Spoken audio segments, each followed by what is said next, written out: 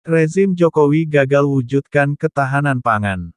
Pernyataan Menteri Dalam Negeri Tito Karnavian, yang mengajak masyarakat Indonesia agar tidak mengandalkan beras sebagai bahan pokok, menurut Direktur Indonesia Justice Monitor, Agung Wisnuwardana, mengonfirmasi dari berbagai aspek, memang serasa rezim negeri ini gagal untuk mewujudkan ketahanan pangan.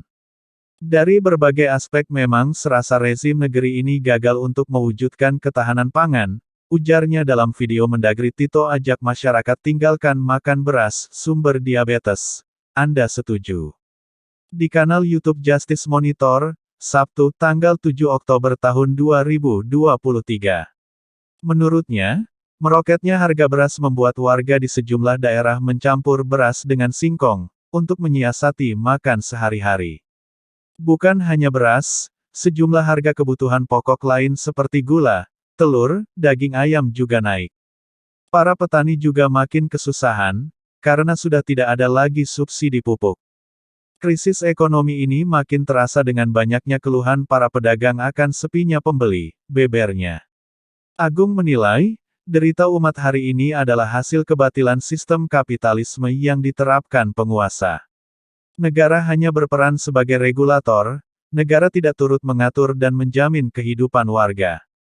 Rakyat, lanjutnya, dibiarkan berjuang sendiri dengan berprinsip siapa yang kuat dia yang akan bertahan, akibatnya kemiskinan dan penderitaan semakin meruyak. Kesenjangan sosial semakin lebar menganga, ada 1% orang Indonesia yang jumlah kekayaannya sama dengan 46,6% total kekayaan seluruh penduduk Indonesia.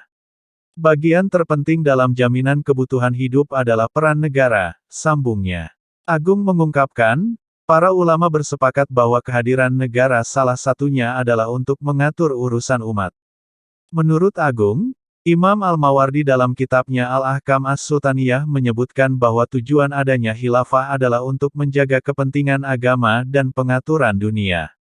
Ia menyitir sabda baginda Nabi Muhammad SAW, imam atau khalifah itu laksana penggembala, dan dia bertanggung jawab terhadap gembalaannya, hadis riwayat Imam Bukhari dan Imam Muslim.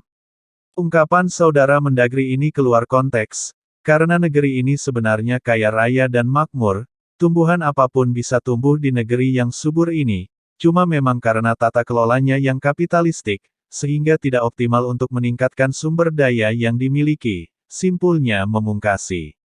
Komentar admin. Selagi negeri yang mayoritas penduduknya beragama Islam, diatur dengan selain cara Islam, sampai kiamat 7 kali pun, tidak akan ada perubahan ke arah yang lebih baik.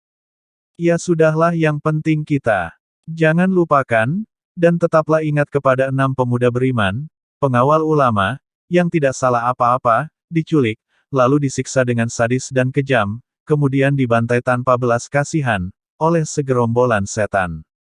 Setelah itu, difitnah habis-habisan. Kasus ini dikenal sebagai kasus KM50, yaitu tragedi kemanusiaan paling biadab yang pernah terjadi di Indonesia.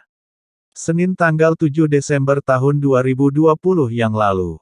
Allahu Akbar, Allahu Akbar, Allahu Akbar, Allahu Akbar, Allahu Akbar, Allahu Akbar, Allahu Akbar, Allahu Akbar, Allah.